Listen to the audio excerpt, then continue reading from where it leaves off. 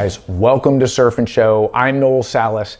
In today's episode 2 of our best of the best one board quiver in the hybrid board category. This is going to be fun. Sit back, get your favorite drink, enjoy the show. Each of these 5 boards are the best of the best in this particular category. And if you haven't watched episode 1, I highly recommend it. It's an introduction to each board and how it became a finalist. The point of this series is to give you guys that ask me all the time, what's the best board I've ever ridden? And then we have to go into wave size, board category, and that brings me to the hybrid outline. I just want to reiterate that this category, they usually come in a shorter, wider, thicker package. So when we look at this outline, this board's like 5'3", and it has a wide nose, its wide point's a little forward from center, there's more foam under the chest, and the whole point of these boards in this particular category is to make them good paddlers. They all carry excellent speed, and they're all user-friendly and easy to surf. Now, what makes this particular 5 finalist boards unique, I usually think about this outline and say, oh, small wave groveler, because it has this sort of outline. However, each of these boards blew my mind in overhead surf, and that's what makes these boards so unique. Now, as we dive into the process to picking my favorite board, I want to remind you guys, each of these boards are favorites. They're the best. And the reason I'm telling you that is because I'm going to have to get a little bit critical in my process of picking the best board. Now, I talked about in episode 1 having a criteria. Now, what's important to me might not be as important to you. Let's just say you don't surf like I surf, maybe you don't surf similar waves, and it's hard for you to relate to me in what is important for me to pick my favorite. However, I believe the criteria in each category is important to us all. So I'm going to go over those real quick. I have speed, projection, rail to rail, flow, carving, drive, pocket surfing, the forgiveness of a board, small waves, and overhead waves. Now, I'm going to judge these on a scale of 1 to 10, and I'm going to start with the pod mod. Now, I mentioned that I studied the footage. I put all the footage together on all the boards. So when I remember what it felt like, I also want to see on video what it looks like. Now, one of the things that I really liked about the pod mod is that I went down from the 5'4" to the 5'2". And what I really liked is it had that performance, it gave me the traction and the hold, and because it was so short at 5'2", it was super agile in the pocket. Now, I don't have agility in my criteria. And the reason I don't have that is because the shorter the board, the more agile it's going to be, and that doesn't always translate from the pod mod that might come in at 5'2", and then the chili coming in at like 5'5". So those are certain things that you need to keep in mind for yourself. Some of you guys are really tall and you're skinny and you need a groveler that fits the criteria for yourself on how much rail line and how short the board is. But agility to me is super important as the waves get into that chest or even waist high and below. So the pod mod, I want to talk about its speed here. On the speed, on the scale of 1 to 10, I gave it a 7. I feel like it has that rocker that gives me the traction. So pushing in overhead surf, it really shined bright for me there. On projection, 7. Now, I want to talk about projection. It's about linking maneuvers together, using a section to get over it, to get down the line, to beat a section. The board's carrying that kind of speed. And because it was so short, I really felt like I could put it where I wanted quickly. And that's one of the things I loved about the pod mod. Okay, rail to rail, the board turned over great. I kind of feel like because it was 5'2" and it's so short, it was almost twitchy. So it didn't have as good a flow as I would like because it had less rail line. So the board was super responsive, and I could probably split the difference between the 5'4" and the 5'2", which are the stock dims, and get the 5'3". Guys, this 1 inch in length for me could be the deciding factor of where this board lands in the best of the best. So it's super important to get the right size and get it dialed. All right, the next thing is flow. I'm giving it a 7.25. I liked how it went from turn to turn, but at times it looks like to me I'm kind of trying to settle into the turns on a regular basis when I studied the footage. Now on carving, especially backside, it had that hold and traction, and I really like the pod mod. And when we talk about carving and traction, I feel like it's most important backside, because at the peak of a turn backside, I even out my weight, and that's when the board will let go. And if it's got overhead surf and it doesn't have that traction like it does, it wouldn't be in the best of the best in this category. So the pod mod is excellent when it comes to the carving. And then when I talk about carving, that's putting the board on rail and pushing, that leads me right into drive. Now, the fins that we pick in each board will give a board more drive. However, the pod mod does have some rocker in the tail, and we use that rocker to set the rail, give us traction, hold, and push. And I really believe that the pod mod has that kind of performance with the overall rocker and the board. So on the drive, I gave it a 7.75. Now, pocket surfing. At 8.25, it's pretty high on the scale between the 5 boards, and I'll tell you why. I've been touching on the rocker of the board, the hold. Even though it's short at 5.2 and I don't have much rail line, I felt like when I was surfing overhead waves, I could push hard, and it had that resistance and the hold that I like. Now, forgiveness. And really, for me, it's about the board category. Remember, with its wide nose and wide point forward from center, it promotes carving. And these type of boards have some liability to them. They can catch up in here. I didn't notice that at all, or very little with the pod mod. Why? It's 5.2. Now, on the 5.4, there was a bit of catching up here. And the longer I went in this board, and I think that's going to carry across the board to any of these, the more performance turns you want to do, and the wider nose and how far that wide point is up from center will cause problems, and we'll talk about more of that in a minute. So for forgiveness, I'm giving it a 7 out of 10. Small waves, because it's so short, I can put it where I want quick, and that kind of offsets the rocker. I'm going to use the rocker to go rail to rail, and if I keep the board moving, there's no real limit to how much speed I can generate with this board in smaller waves. Now on overhead waves, I even put it in super hollow waves, and this board is incredible in overhead surf for me, and I really felt like that's one of the main places that the pod mod separates itself from some of the other boards in this final 5, and I gave it an 8 out of 10. Now as I go into the Seaside, I want to talk about the speed. Right off the bat at 8.25, when I reviewed this board, it was the fastest board I had ridden to date in the hybrid category, probably out of any board that I had ridden. So the speed on this board is next level.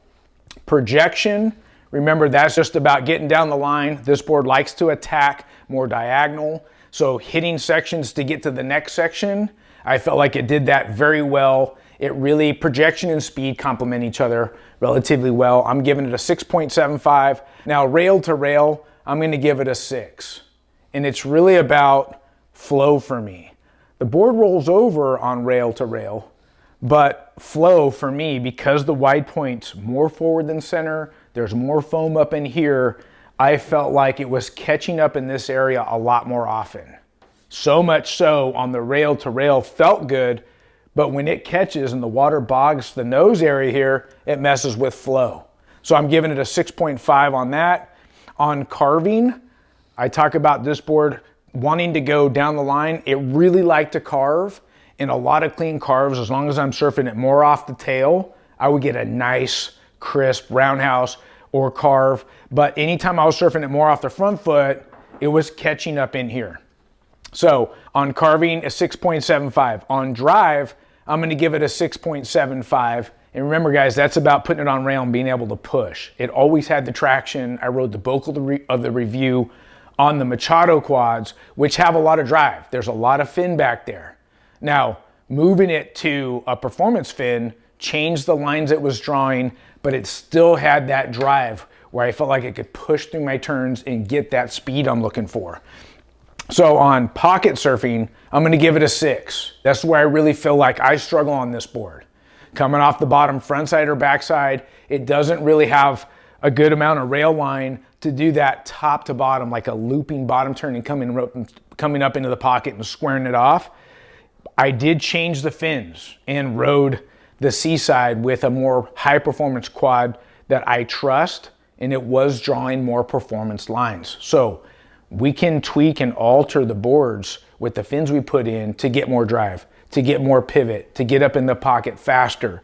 However, this board struggled the most top to bottom compared to the other 4 boards. So that's why I'm giving that a 6. Now, forgiveness. I said in the beginning of this episode that all these boards are forgiving. They're all user-friendly and easy to surf.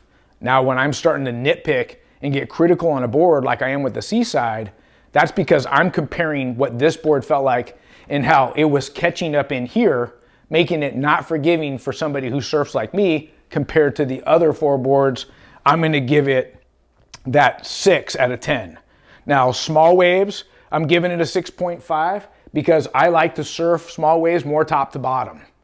It's carrying the speed, it's got the projection, but this is hindering me from surfing the way I want to surf with the most amount of flow. And every time I have the flow going from turn to turn, it'll keep my speed and my projection up. All right, now overhead waves, I'm giving it a 6.75. I really felt like didn't matter what fins I had in the board, it had the hold, it had the traction, and I could push through turns, and I had confidence off the bottom and through my rail turns. Now diving into the Chili Black Vulture 2, this board on speeds coming in at 8.75. This is the fastest board out of the 5. It didn't matter if I was riding it in bigger surf or small surf, I'd stand up. It had that get up and go speed. It had that one pump and it would just take off. So the fastest board and then projection, they kind of go hand in hand for me. The 8.75 on speed, I'm giving it an 8 on projection because I was able to clear sections, come off the whitewash, get around a section. There was really nothing slowing me down about this board, and it had that projection. That's why it's getting an 8 out of 10. Rail to rail, I'm giving it a 7.25. I really like, there's something about the outline. The wide point might be a tad in front of center, but it's very subtle. So doing nice looping bottom turns, both front side and back side, gave it that good rail to rail feel. And I had that hold. Now flow, I'm giving it a 7.5. When I look at the footage from turn to turn, it's relatively seamless. I felt like the board allowed me to be radical because it's carrying so much speed, and the flow from rail to rail really suited my style of surfing. Now carving, I'm gonna give it an 8. I talked about maybe there being a little bit straighter rail line back here. I find that it's relatively even straight right here. So going down the line was solid. And I think the one I rode in the review was 5.5. Don't quote me on that. But that extra 2 inches in length compared to maybe the 96, the Bobby Quad, the Seaside, and the Pod Mod, I could feel that rail line. And it really had that hold and the ability to give me that carving at an 8 out of 10 there. Now drive, I'm gonna give it a 7.75. What's interesting is I don't measure rocker, but I really feel like the Black Vulture 2 probably has less rocker compared to the 96 and the Bobby Quad and the Pod Mod. However, because I have extra rail line, I've got more rail in the water and it gives me something to push off of. And changing this from a 2+1 in overhead surf to a thruster gave me that drive and that hold, able to push hard, and this board just kept giving me speed every time I put it on rail. Now, pocket surfing at 7.75, it kind of felt like I was riding a small wave performance board. It's not super wide up in here. I never felt it really catch up in this area. Like I said, I really gelled with the Chili Black Vulture 2, and all I can say is this board's fast. And it gave me all the ability to do the turns I wanted to do. So on the pocket surfing at 7.75, the forgiveness, because it's not catching up here, the board's easy to surf, I'm giving it a 7.5, guys. Small waves, okay. So for me, I'm giving it a 7. And I didn't push it in shoulder high and under too much. However, the speed is what I'm looking for in smaller waves. I will say this, because it's longer, when I get into that chest high and smaller wave, the length is going to give me some fits there.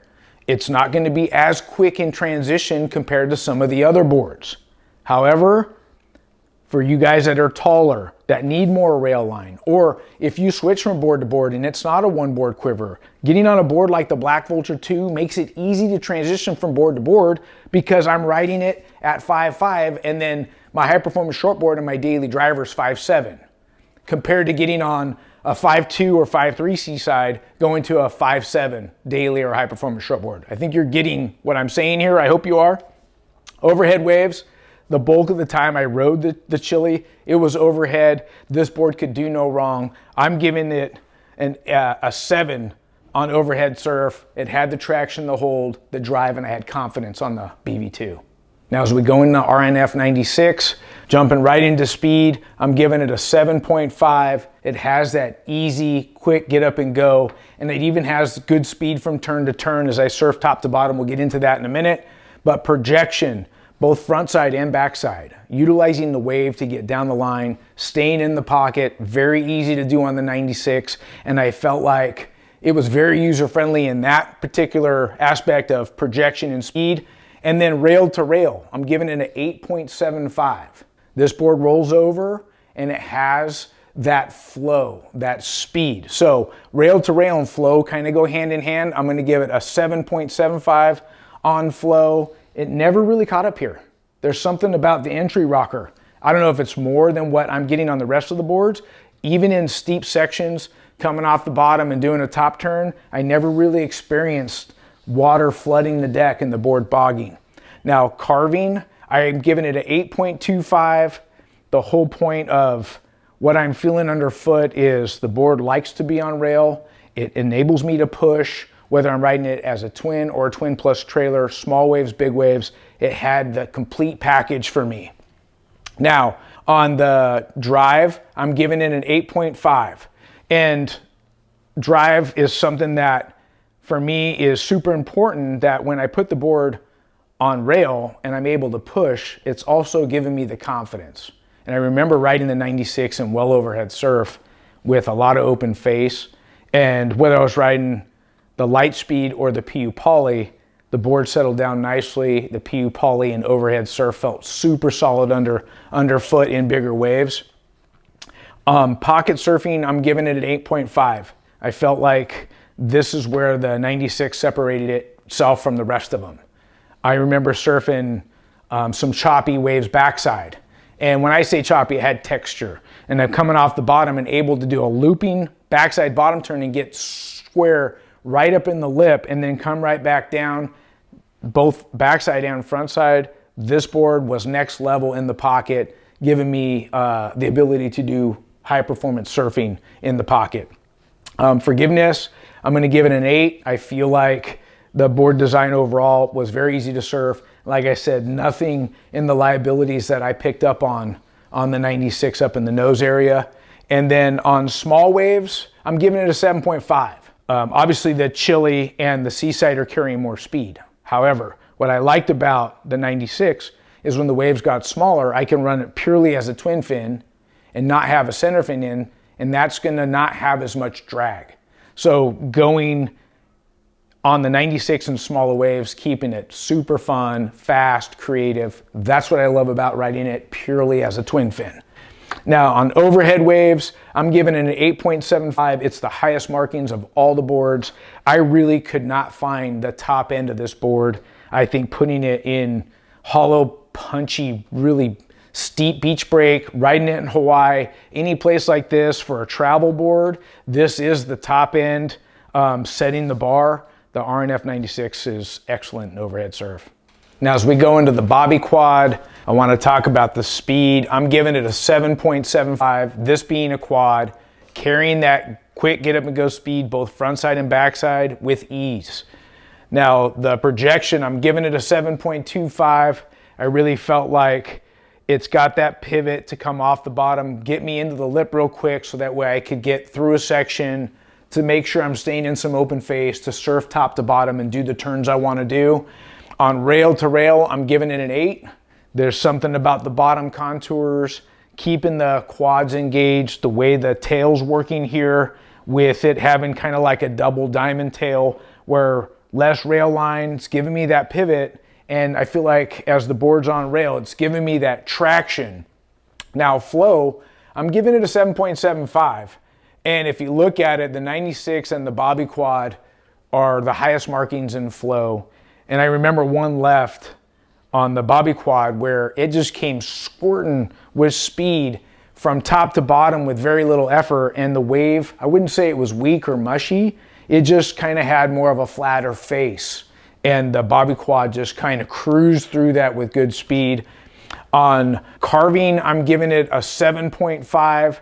Like I said, I really felt like the ability for the board's tail design and its medium exit rocker, I never felt like the board was going to slide out. I had the confidence, even in some overhead surf, that I put the board on rail and I could push. Now, drive, I'm going to give it an 8. There's something about a quad for me where you've got the two fins working on one rail at a time, plus the board design. I really felt like the Bobby Quad has something special in the drive category, and I wasn't even using a raked fin in the front. So if I wanted more drive, I used the neutral template. I could even add like the AM fin or a fin with a lot of rake and even get more drive and take this board to another level with pushing off the rails. So pocket surfing, 7.5. If you watched the review, I said there's something special about the way the Bobby Quad is pivoting as a quad. I want to surf top to bottom. I felt like I could do a nice bottom turn and get up into the lip quick. Maybe not as solid as the 96, but it's right there. Now on the forgiveness, 7.75. I hate to bring this up, but I was coming off a major surgery with my hip replacement, and getting on the Bobby Quad, it was super forgiving, super easy for me to surf. And I felt like the more I spent time on this board, the better and better and better I was surfing, and I could feel like my surfing was progressing faster on this board compared to the other boards that I was testing and riding at the time. All right, so small waves, I'm giving it a 7.25. I feel like it's got that speed. It's carrying that one pump and it gets you right where you want to be. And I really feel like on the smaller waves, it was better than what I thought it was going to be, even though it's carrying that hybrid outline. I feel like a lot of you guys will love this board as a groveler. In overhead waves, 7.5. I would have liked to have pushed it more in bigger surf, but the waves that I had overhead, and I thought, man, is this board going to hold, especially backside? Sometimes a quad can give you a little bit more release and not hold as good as I'd like, but it had the hold, and I would say in overhead surf, this board's excellent. Guys, we have a winner. Congrats to Matt Biolas and the folks that lost with the RNF 96. It was close. Let's look at the flow chart and see how close it is. On the 96, remember, out of a possible 100 points, it scored 81.25 for first place. The Black Vulture 2 came in second at 76.5 points. The Bobby Quad came in third at 76.25 points. What's separating second and third is 0.25, so it was close. On fourth place, we've got the Pod Mod coming in at 74.75 points, and the Seaside coming in fifth at 66.25. Remember, guys, surfboard reviews and what works best for me is subjective to what the board feels like underfoot and what I want this board to do for me. Having the flow chart with the criteria, this will help you guys pick what's important to you. Remember speed. If that's the most important thing, you surf a real mushy wave and speed's the most important, you got the Black Vulture 2 and the Seaside. Always refer back to the flow chart so that way it will help you look at these boards side by side and help you pick what's best for you. Well guys, I hope you enjoyed today's episode and our series of the best one board quiver in the hybrid board category. I had no idea the 96 would be the winner until we ran the numbers in the criteria. All 5 boards are epic. You guys will be stoked to ride any of them. If this was a one board quiver for me, it was a travel board. Riding it in well overhead or riding it in small surf purely as a twin fin, This board's so fun. Special shout out thanks to all the shapers for sending in the boards, not only for review, but for the best of the best episodes. Look, if you like the show, subscribe, ring the bell so you don't miss an episode, and give us a thumbs up if you like our content. Until next time, we'll see you in the water. Bye-bye.